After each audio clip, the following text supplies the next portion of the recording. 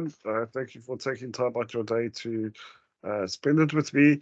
Um, really looking forward to today's session and wanting to let you know that I'm going to be focusing on two elements. One is going to be on the commercial side of things. So how do you interact with customers who have disabilities, but then also as an employer, what you can do to support anyone who might be applying for roles with you or might already be within your organization. So a little bit more about me. My career has spanned across various industries, starting in recruitment, where I'm originally from in South Africa. And you'll see on my Venn diagram, when I transitioned into the UK, it was still very sales orientated, with a tech firm that got beyond Dragon's Den, which was an amazing experience. And I've been with Milden now for just under 2 years in the EDI space. So, as I mentioned, I have a disability, and it's called spinal muscular atrophy. And what that is a muscular wasting condition. So over the years, I have digressed in terms of abilities. So on the left, you'll see in my gremlin phase, I could still move my arms around and do certain things like shuffle on my bum when I'm sitting on the floor.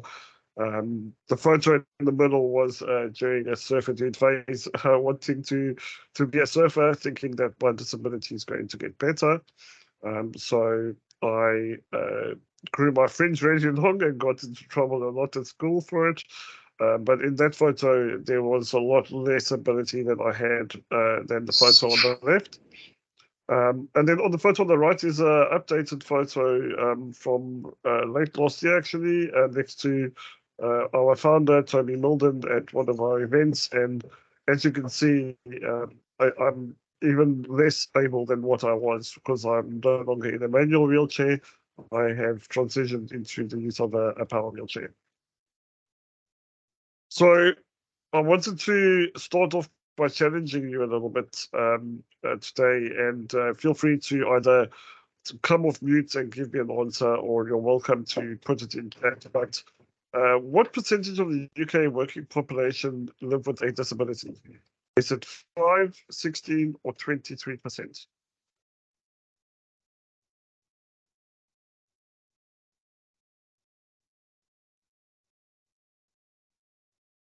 There we've got a 5, a 23, another 23, 16, 16, 23, 23.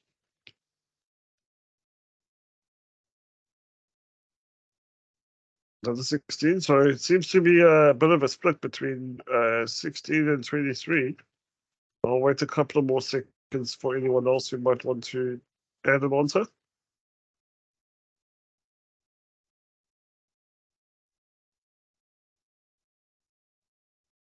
Another 16. Okay, great. So it seems 16 might be winning ever so slightly. The answer is, in fact, 23%. And this is why I want to talk to you a little bit about some concerns that employers might have when they are either hiring or currently employing someone with a disability. So some research from Disability Rights UK showed that there were actually a lot of concerns, but these are the top three that I've chosen to highlight for you today. One of them is the fact that employers have a really difficult time trying to support their disabled employees because not all disabled employees want to disclose that they have a disability. And this is because of fear of how they're going to be treated, or lack of opportunities to progress in their careers. And we find that is really prominent when we're talking about the hidden disability sector of disability. We also know that employers have concerns around the cost that it's going to have for them to adapt for their employees. And a lot of this is also relatable to those of you who have B2C businesses, because there's also the concerns of how do I make my store or my location or my online platform accessible for people with disabilities. And then we also know that there's concerns around employees taking a lot of time off because of their disability. And whilst that there are some elements of that that are true, and all of these concerns are well founded, um, it's kind of contributed to 48% of disabled people being worried about sharing their impairment with an employer. So it kind of creates a double-edged sword here of, do I disclose and risk my progression, or do I disclose and hopefully get the support that I require? I want to really highlight to you some of the benefits that we, especially at Milden, believe outweigh those concerns. So we know that having diversity on a team helps for more innovation, more creativity, and also an opportunity to reflect your customer base if you're a business. And this is really something that resonates with me, because I've realized that disabled individuals have really good problem-solving skills, and this is because of how our world is designed around us, and we have to adapt really quickly and find ways to overcome barriers that we face. So we have a lot of problem-solving skills that can benefit businesses. And for those of you who have customers, some research done by a friend of mine and our founder, Toby, called Martin Sibley, worked with a couple of charities on trying to identify what the spending power of the disabled community is. And, we see in the UK, as of 2 years ago, that the spending power of people with disabilities in the UK is worth £274 billion a year. And globally, $8 trillion. And this is probably going to be a lot higher if they have to reiterate this research, because more and more people are disclosing that they have a disability, and therefore your customer audience is growing as well. And we also know that some research done quite some time back by the UN in 2007 showed that disabled employees have a higher retention rate and a higher productivity rate.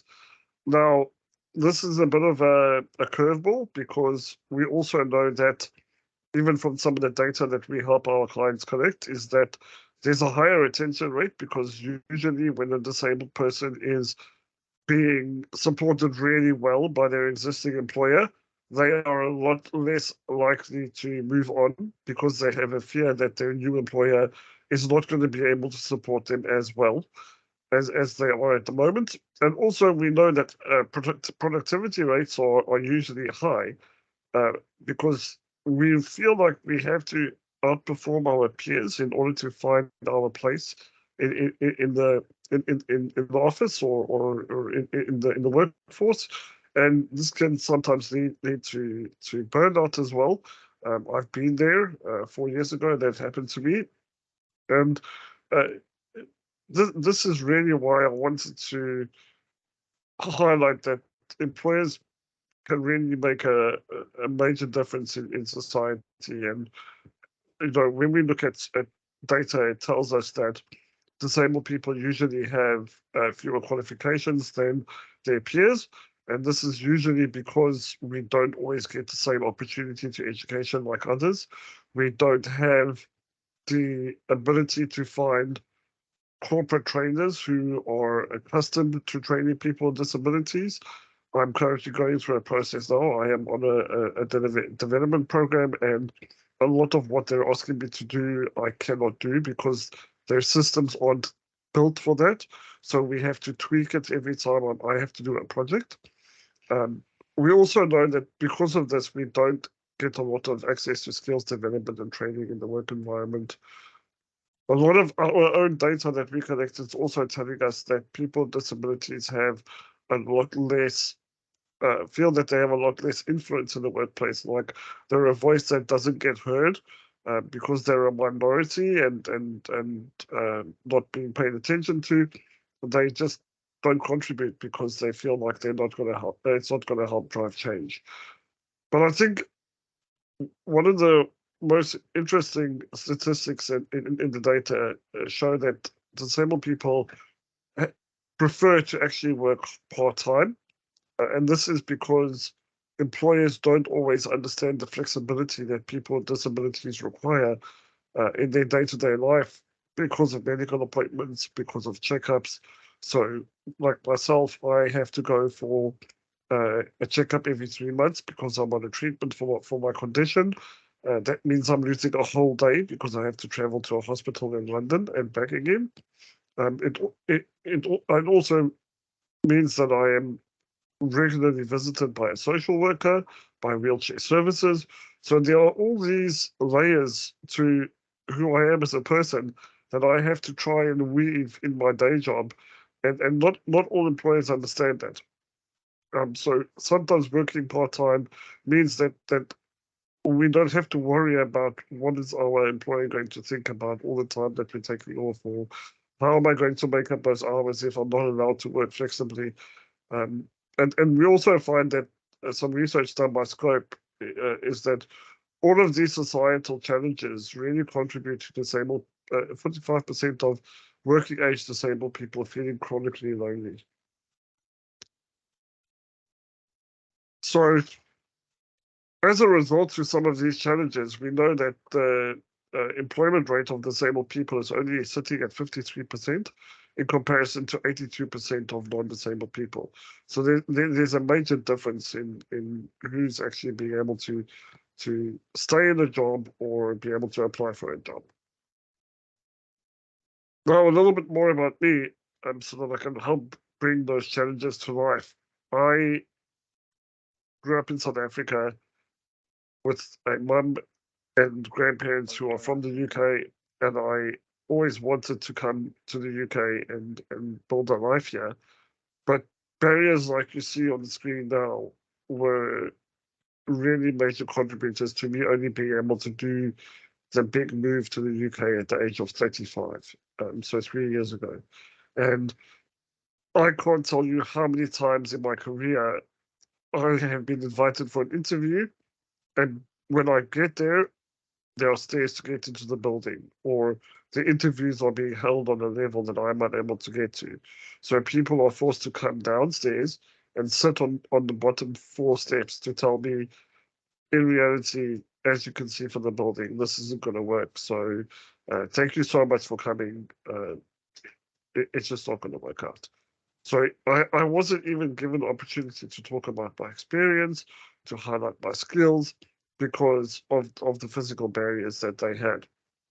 And what what this meant is that I had to find opportunities to showcase my skills, and I really learned this by accident. So I was living with a partner at the time. I was 22 years old, and really trying to find employment and struggling, and was going to work with her because we didn't have someone who would take care of me at home at the time. And I was given a computer to entertain myself, and I started using PowerPoint, which is the picture in the bottom right-hand corner of some kitchen cupboards that I had built out of shapes, just layering shapes and lines on top of each other to create a 3D image. And her boss walked past the screen and said, "Oh my goodness, that's amazing. How did you do that?" So I showed her how I did it. And she said, "You know, you have such good people skills and you're clearly creative. Have you ever considered a job in recruitment?" And I was like, "Well, no, not really. And I'm desperate for a job, so I'm willing to give it a go." And that's how I got my first job in recruitment. It wasn't applying for a role. It wasn't, it wasn't being able to showcase experience or knowledge about recruitment. It was just purely by chance. So I want to highlight a couple of things that you can do if you are in a business that's employing people, what you can do to kind of create an environment where everyone can thrive, especially those with disabilities. And what I've done is I've taken inspiration from the Department of Work and Pensions Disability Confidence Scheme. And this is something that was set up to help businesses understand how they can support and retain staff with disabilities. And what we've really found, especially in recent data that's come to light, is that a lot of people have joined the scheme, but they've kind of fallen off the wayside in their progress because they didn't really know how to do that. So two elements that they'd like to focus on in this framework is around attraction and recruitment. And this is really understanding that this is not about people who get along with you all the time. This is sometimes trying to identify individuals that can contribute to the culture at the work in the workplace rather than fitting into the culture in the workplace. And also wanting you to focus on, right, I've recruited someone with a disability. How do I develop them in their career and how do I retain them? Because they can be valuable assets to your business. So when we talk about attraction and recruitment, I would really strongly urge you to try and find ways to focus on individual skills. So using myself as an example again, I really gave you an insight into how I got my first job. But I don't have any GCSE level qualifications. Most of my career are skills that I have developed myself, or I've been given an opportunity by someone to come in and use what I have and the skills that they teach me to turn that into a career. Um, Again, talking about culture contributors and not culture fit, it's a really great way to find talent that you never knew existed.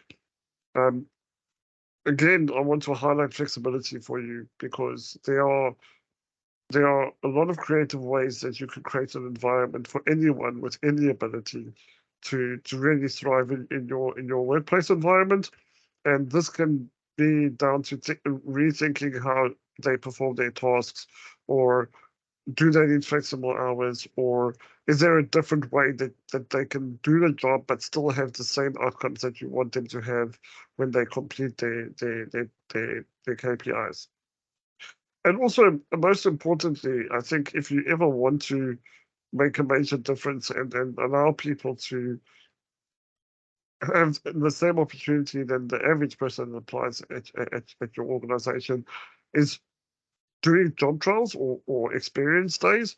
So a lot of the clients that we work with do open days where people can come in and see what day-to-day business looks like for that organization, identify areas that they might enjoy that they didn't know that they enjoyed, or even that they had skills that they could apply to that area of the workforce. It's just trying to recreate those experiences that I and many others have had happen by chance. Oh, you do this? Oh, that will actually work for our business. Why don't you come and give it a go? And unfortunately, that's how a lot of that still works, even in 2023.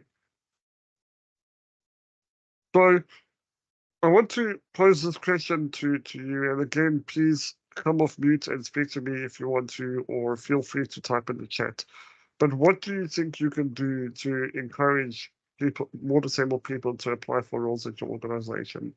If you're a one-person show, then maybe try think of it in the future state. If you do grow your business and you do start employing people, how can you pave the way to encourage more disabled people to apply?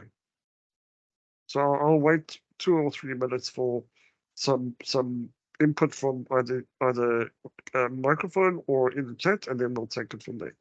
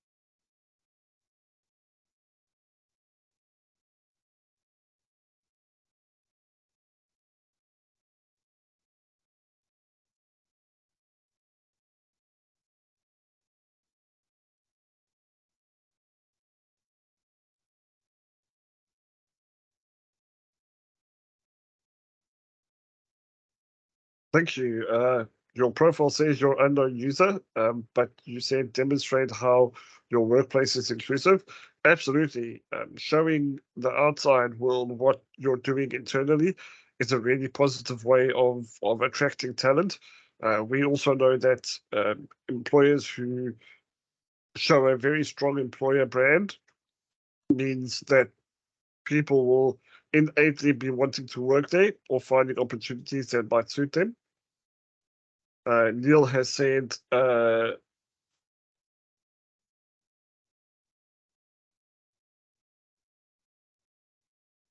depends on the business. But for me, putting a proper description of artwork on Etsy can help partially sighted people.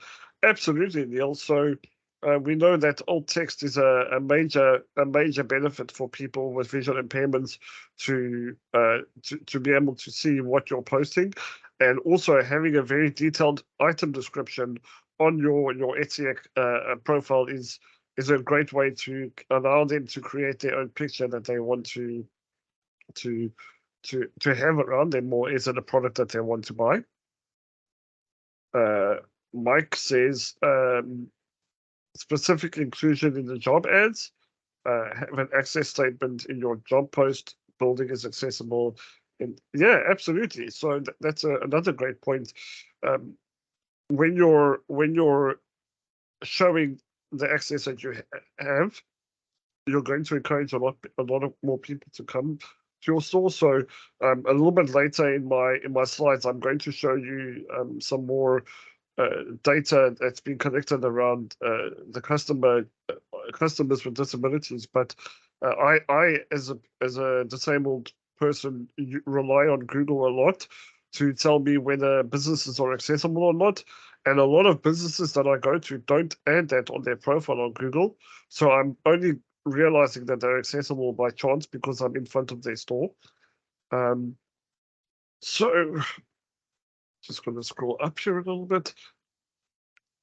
Sky says, I have noticed that a lot of job ads now state that they are an inclusive business and welcome anyone to apply, which is encouraging from day one process. Yes, absolutely. Again, that touches on the employer branding aspect that I referenced in the beginning.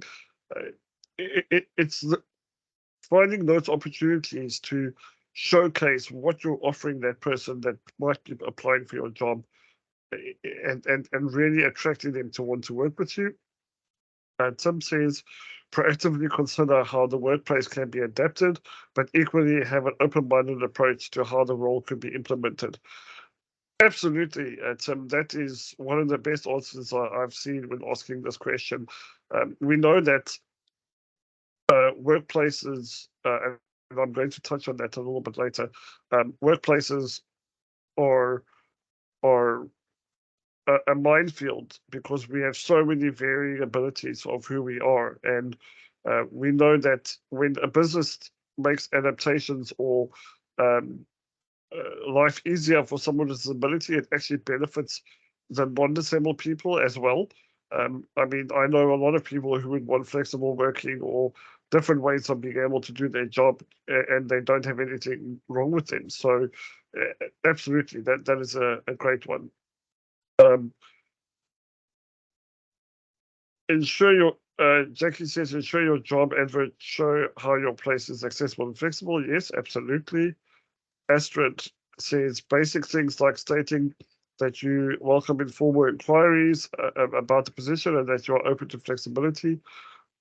Definitely, Astrid. So, to give you an idea, my first interview here in the UK was with a recruitment agency trying to help place people at job centres who were considered, in inverted commas, difficult cases. And they knew that I had a physical disability. They knew that I used assistive technology to write, and they still only gave me half an hour to watch a video, build a CV for that candidate, and then also have to write a bio that would go into that person's file so that if anyone else tries to place that individual, they would know more about that person. And that was just simply not enough time for me to finish all of that. And after finishing my interview, they said that I was one of the best candidates they interviewed, but because I didn't complete the task on time, I wasn't eligible for round 2 interviews. So that's the difference that small little things like that can make in attracting disabled employees. Alistair has put here having policies very clearly in place, but more than that, demonstrating commitment to inclusion from the top to bottom and making this very evident and high. Yeah, absolutely.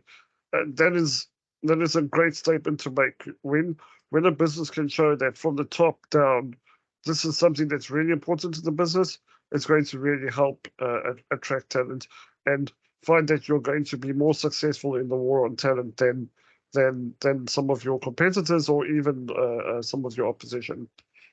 So I think that's a great place to move on. Now, as I said earlier, I wanted to talk to you a little bit more about the risks of excluding many, and some research done by an organization called We Are Purple really highlighted the impact that digital inaccessibility can have on online sales.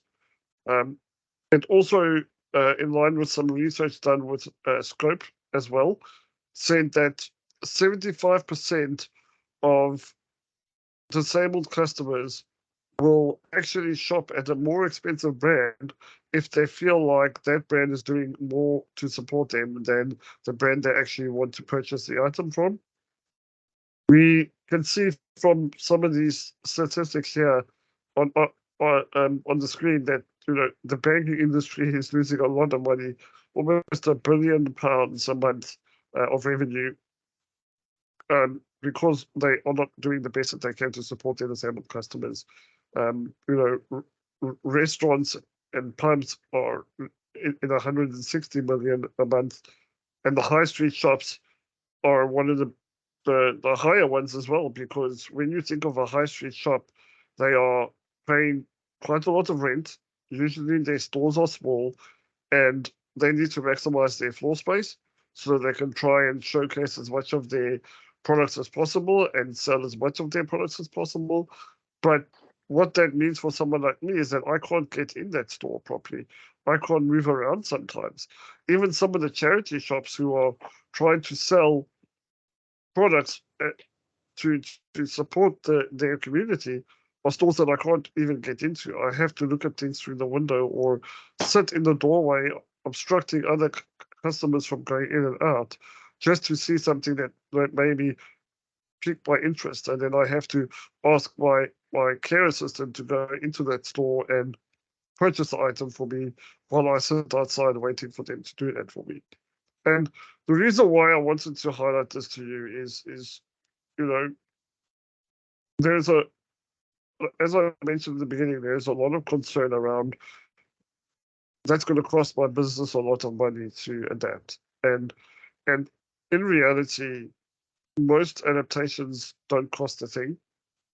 Thinking about how you lay out your store or your coffee shop or any physical location that you're having for a customer to attend, it's just about moving things around and being more creative in how you stack things or how you place things so that there's more space for a training circle for someone with a wheelchair or someone who's on crutches as well needs quite a lot of space so that they're not getting stuck on your products or having a fear of knocking things off the shelves. It's also, when you think about, okay, my location has got a step and maybe it's a listed building, or maybe you're not really the owner, so you can't build a ramp, or you're not getting any support from the landlord to put in those kind of adaptations. Something as simple as a portable ramp, which costs anywhere between 50 to 250 pounds, depending on what materials you're using, will make a major difference for someone like me, because it means I can actually get into that store.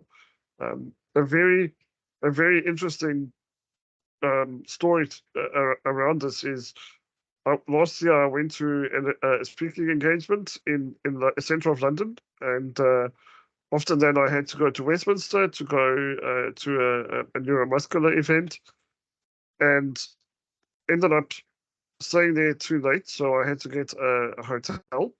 So I purchased a hotel room, checked into my hotel room, went downstairs, and they said unfortunately their kitchen wasn't working, so I had to go out of the hotel for dinner. And it started to rain, and 45 minutes later, I still hadn't found an accessible restaurant or pub in the area within walking distance that I could actually get into to have a meal. I was completely soaked when we actually found a place that I could get into and try and have a warm meal and warm up. So why I'm highlighting this for you is I just really want to say that any business of any format can just take a step back, try and think a little bit more creatively, try and picture yourself in the customers that you're trying to serve's shoes, and that might give you an opportunity to identify some of those barriers that they might have in their way. So uh, if that's something that I want you to do, I want to try give you some knowledge and skills that will help you do that more comfortably and more confidently, because I know that disability is still a taboo subject for some people. Some people still feel like that they are going to say the wrong thing. So I really want to give you something from today's session that can just build a nice foundation for you to support people better. And the first part of that is helping you understand the difference between the medical model and social model of disability.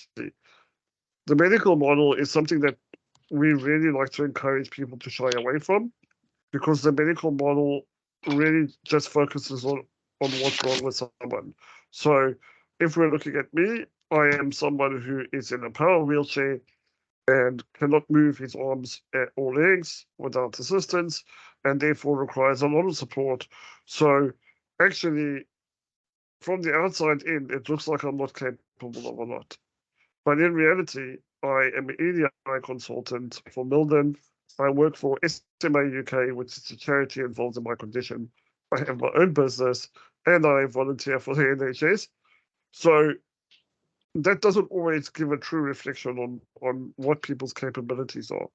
And this is why we like to ask people to really use a social model when they're engaging with the topic of disability, because that really highlights what are those societal barriers that has been put in our way.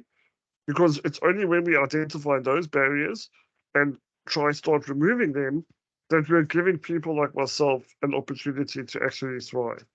And I gave you an example already of physical locations and the impact that that has on people. But if we think about even the digital space, you know, there are so many platforms that don't interact with my software.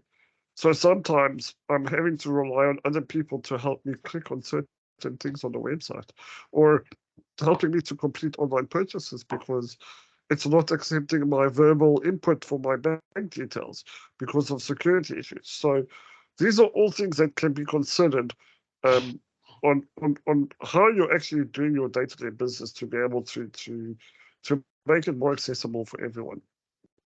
And also, when you're thinking about the social model, it really just helps you build that empathy piece as well, because you're trying to understand what is challenging someone. And it's only when we know that challenge that we can find ways to remove it.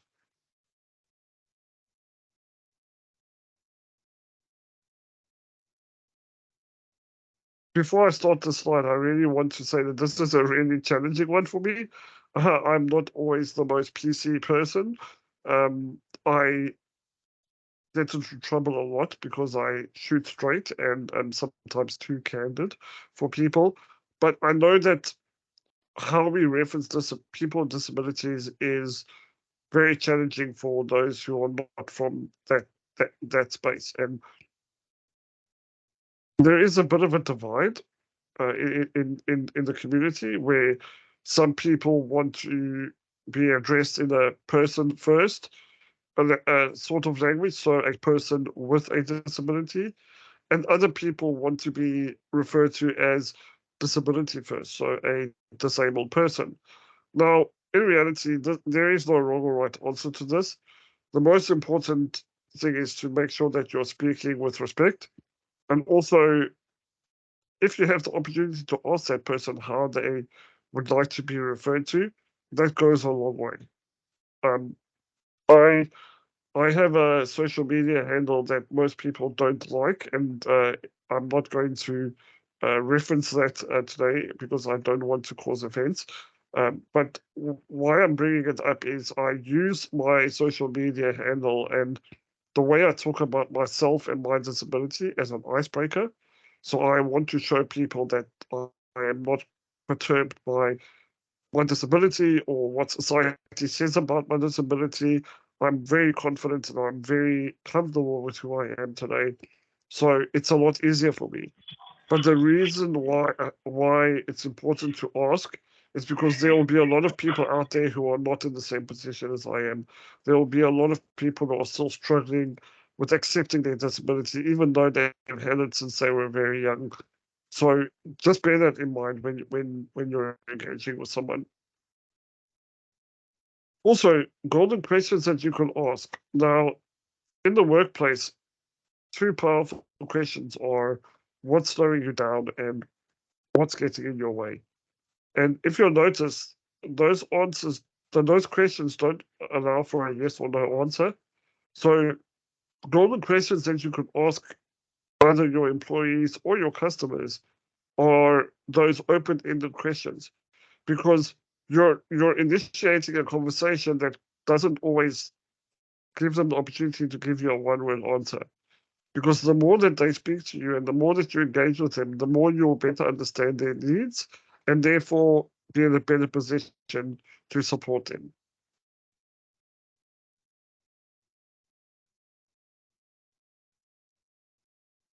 So, how do I help you be brave enough for that?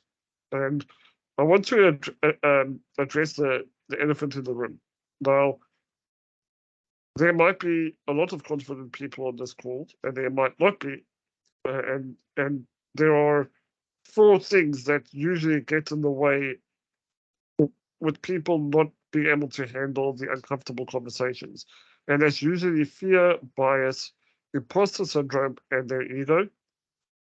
And this is something that we hear all the time with people that we engage with. So I remember a conversation that our founder had with a business leader who was trying to support the LGBT plus community. And he said, I don't know what to do. How do I, as a straight white male, support people like that? Because I have no idea what their life is like. And that's really imposter syndrome speaking, because usually that community is not, any particular community is not expecting you to know everything. What they need are allies. What they need are people who want to engage with them, to learn about them, so that they can then be better supported. And one of the great people in this space is a lady called Brene Brown. As you can see on the screen, she's a researcher and an author, and she's also a TED Talk speaker. She has a wonderful series on vulnerability and how vulnerability can be used as a growth tool or a tool that can make us more confident and better. So she really likes to highlight that safe spaces are a space that you can express yourself without fear or criticism or backlash. But safe spaces aren't really enough. Safe spaces sometimes are very limiting because there's only one perspective on the table, or there is only one opinion being discussed. So what Brene Brown says is that, sorry, my clicker is not working as well as I wanted to, is that if we create brave spaces, these are spaces where even though you feel uncomfortable, or vulnerable, you can still be challenged. You can feel okay to have a more broader discussion than just you giving your opinion. And we find that this is really a catalyst for growth in any aspect. We find that it also especially fosters a more profound and impactful conversation with someone, because it's not a one-way communication, it's a two-way communication. We we support our clients a lot with this, and it's not easy, and this is why you need to be brave. If you think about someone who has a fear of heights and they want to overcome that and they want to partake in something like skydiving, it's a real strong conscious decision that they're making to have to go up into an airplane at however high they are and jump out with someone on their back, believing that that person's going to open that parachute and that they're going to land safely. And the way we communicate is very similar. It's that conscious ability to say, okay, I am uncomfortable with this. I'm going to recognize that I'm uncomfortable with it. And I'm going to allow it to challenge me, because it's only when we allow situations to challenge us that we can grow and get more comfortable with those topics and learn more as well. So I'm going to put this back to you again. Feel welcome to come off mute if you want to speak. Otherwise, please feel free to use the chat section. What can you do to encourage either yourself or your organization and the people around you to lean into brave spaces?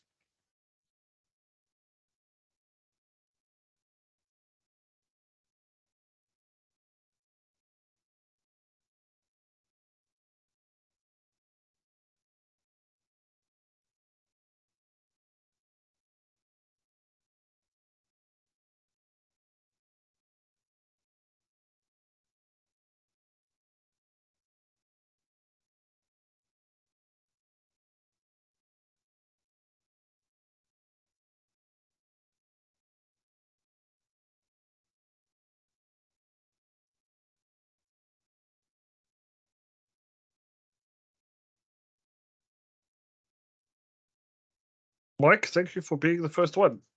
So, share thoughts on this webinar on LinkedIn. Absolutely. Talking about it is one of the best ways we can normalize this. Excuse me. Vicky says, audit where you may have gone wrong, not been inclusive in the past, and look into why. Perhaps bringing in expert opinions and training. Amazing. It's a really great tip, Vicky. You know, it's only when we identify what we've done wrong or the mistakes that we've made that we can then learn from them and make sure that we're putting things in place so that we don't repeat those mistakes. Astrid says, demonstrate that there is no judgment for getting it wrong or making mistakes, and show examples yourself. Absolutely. Role modeling this kind of behavior is the best way to show the people around you that this is how things should be. We also know that when you're in a safe to fail environment, that you can grow a lot quicker, because there is no fear of judgment or fear of being reprimanded. It's to such a degree that it puts you off. So that's a really good point. Um, Jackie says, be honest by saying you may feel a bit uncomfortable, unsure, and ask for guidance. Absolutely, right? So I'm not saying that this is only your responsibility. People have to know what you're feeling and or what's going through your mind at the time, so that they can adapt how they speak to you. Because otherwise, it's again going to be a one-way conversation, and only their opinion and not yours as well, or their reprimand of what you said. Alistair says there's a very interesting parallel with sustainability space, where some businesses go down the road of green hushing, staying quiet. Sorry, give me 1 second. I got something in my throat.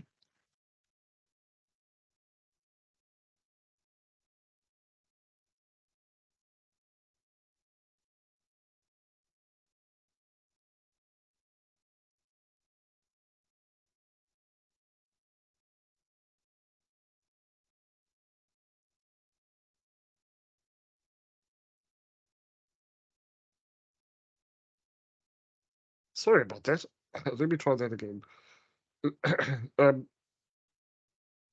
Greenhushing, staying quiet about their environmental goals, even if they're making good progress towards these, for fear of being called out for shame or lack of progress.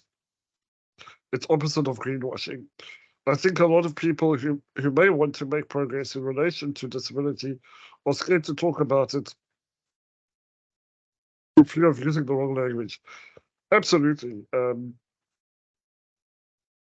The I guess you could call it pink hushing. Very similar, absolutely. We call it pink washing when businesses say that they're being inclusive when they're actually not. Well, it is from a place of fear. They're worried about the reputational damage, and usually we find that businesses are only doing something when they're in hot water, rather than addressing things early, identifying their vulnerability and their uncomfortability, and working on it. They wait till there's a problem, and only then do they act, which is not a great place to be in. Um, Tim says, rather than seeing issues, talking about things in a positive, constructive manner to encourage open discussion. This can uh, be done through word choices such as hurdles rather than issues, problems, and failures. Absolutely, that's a really great tip, Tim. When you know the audience that you're speaking to, you will know what you can say or how you can change the way you use your language to your benefit so that they can understand and you can still get your message across. Mike, Mike says, share Louis second in and ask people why we don't have the awesome person like this in our team. Thank you for the compliment, Mike. I mean, that is a great way, getting someone like me to come in and showcase this webinar or telling their stories is a great way to grow your knowledge in this space. Um, but there is a lot of talent out there that you can reference. I mean, we have a great advocate for disability called Shania Dunder. She's on TV a lot talking about disability issues. I would definitely recommend looking into her content. There are a lot of charities that do a lot of work in this space as well. So there are organizations like Even Break who have disability job boards and they help organizations identify disabled talent. Um, Scope do a lot of work on awareness around disability. We are Purple as well. It's a really good way to highlight people's talent. So thank you for that compliment, Mike. Is there anyone else before I move on?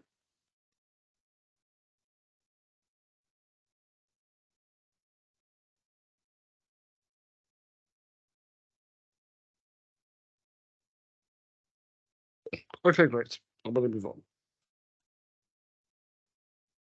So I want to explore six key areas, and I'm going to use myself as a guinea pig for you and tell you a little bit more about what each of these mean to me and how I function within these spaces. So in terms of communication, my employer and most of the people that know me really well know that phoning me is not always the best option unless it's on WhatsApp, because it's on my laptop and I can answer the call through my device, and my headphones are not on my head right now, as well as the microphone, because sometimes my personal care assistant is not in the same room as I am, and by the time they get to the desk, the call is ended, and then I have to unlock my phone, try calling you back, and then have a conversation with you. Um, they also know that communicating with me on our internal Slack channel or on Teams, like we do at a charity, or even via email, is sometimes a lot more effective. When we talk about paperwork, so this is a big challenge for me because I can't use my arms, and I do not want to give the right signature away to the people around me. So I need to sign my documentation digitally. Now, this creates a major problem on both sides. So not all businesses want their employees or have the facilities for their employees to sign things digitally. But a lot of businesses don't have the policies in place to accept contracts that are signed digitally. So a case in point is myself and my partner put together our living power of attorneys, and the body that is in charge of those living power of attorneys will not accept a digital signature, even though that signature is unique to me and has been developed and designed by me and is in the process of being copyrighted as well. They won't accept it. So it took 2.5 months for them to decide that they will allow me to use my fingerprint on the contract. So now I've had to go out and buy an ink pad just so that I can do 3 thumbprints to get my living power of attorney authorized and set up. So those are like some of the challenges that I have with paperwork. When we talk about technology, as I referenced earlier, I use assistive technology, and that is vital to my everyday functioning. So on my mobile device, I use uh, she who won't be named, because if I do, they are going to get activated. But I have an iPhone, and I am able to do a lot with my voice. I can answer calls, I can send messages, open apps, close apps. Like, it's very versatile. But on my computer, I've got software called Dragon Naturally Speaking, which allows me to type emails, open and close browsers, applications, click on things when I'm tired. So I would say, for example, if I'm on an online store like Etsy and I'm going to do a purchase, I would say click basket, and if Etsy is designed the way it should be, which it is at the moment, my software will perform that click for me and take me to my basket. But the challenge is when websites aren't designed correctly, you are in a situation where I'm going to say click basket and nothing happens. So I then have to move my mouse manually, click on it, and when I'm tired, that can be really strenuous. So I usually rely on my personal care assistant or my partner to do that for me. In the workplace environment, obviously, I need accessible buildings, or else I just can't get into them. This, even in 2023, is still a problem. Um, I'm not really going to talk more about that because I think I've touched on that enough today. But I really wanted to highlight workspaces to you. So this is also around the space that I require to do the things that I do. So at home in my office setup, I have 2 desks. One is for me and one is for my personal care assistant because I need them close by. But in the office environment, that's not always considered. So my personal care assistant ends up sitting quite far away, which means I have to wait for them to get to me. So if I'm about to drop something, usually I would have dropped it by the time that they get to the table. So I've always had to communicate that, by the way, I need an extra desk or I need a bigger space than everyone else because of my training circles, because of the assistance I need from my personal care assistant.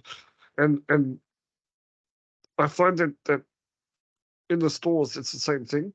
So in some retailers, I get a lot of help where they say, "Oh, is that in your way? Let me move that for you quickly." But other times, they just sit behind the counter and do nothing. And it makes me feel like, well, why should I be here then?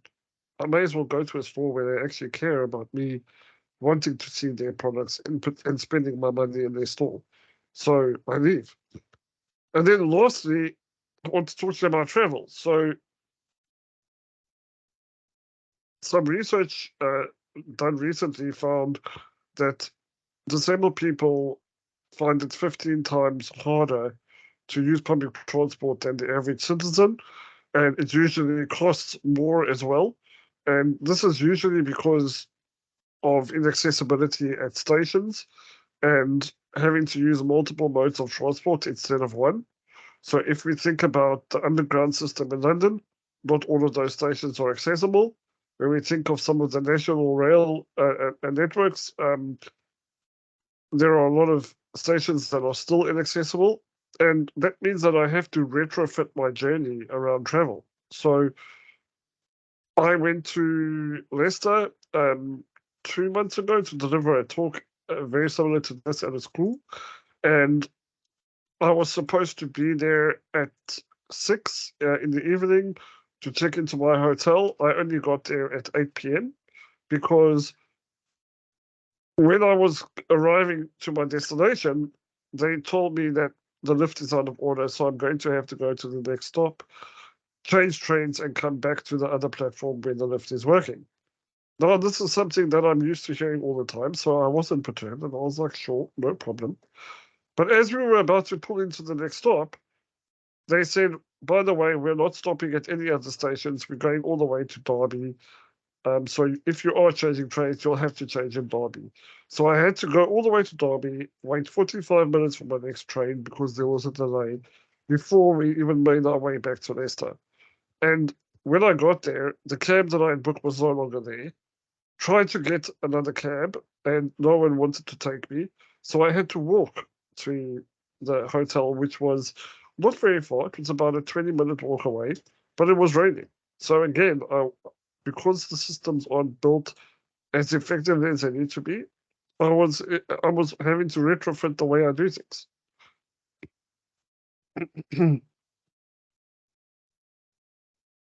Sorry, my clicker again. Okay, so I've shared a lot with you today, and I really just wanted to give you 3 things that you can do from today going forward. Try and hang out with more disabled folk. Engage with them if they want to be engaged with, because it's really going to help you be aware of your bias. It's going to be very quickly for you to identify your blind spots. And we know that hanging out with anyone that's different from us, whether they're disabled or not, it really allows us to dispel some of those negative attitudes that society has taught us. It helps us grow our empathy towards others. The other thing is try and normalize disability by talking about it more. It's like anything else. The more we practice, the better we get at it. And it's the same about talking about things that make us uncomfortable. Whether it's disability, whether it's body positivity, whatever the case may be, talk about it because it's going to give you the space and opportunity to grow and to learn more things that you didn't already know about that topic.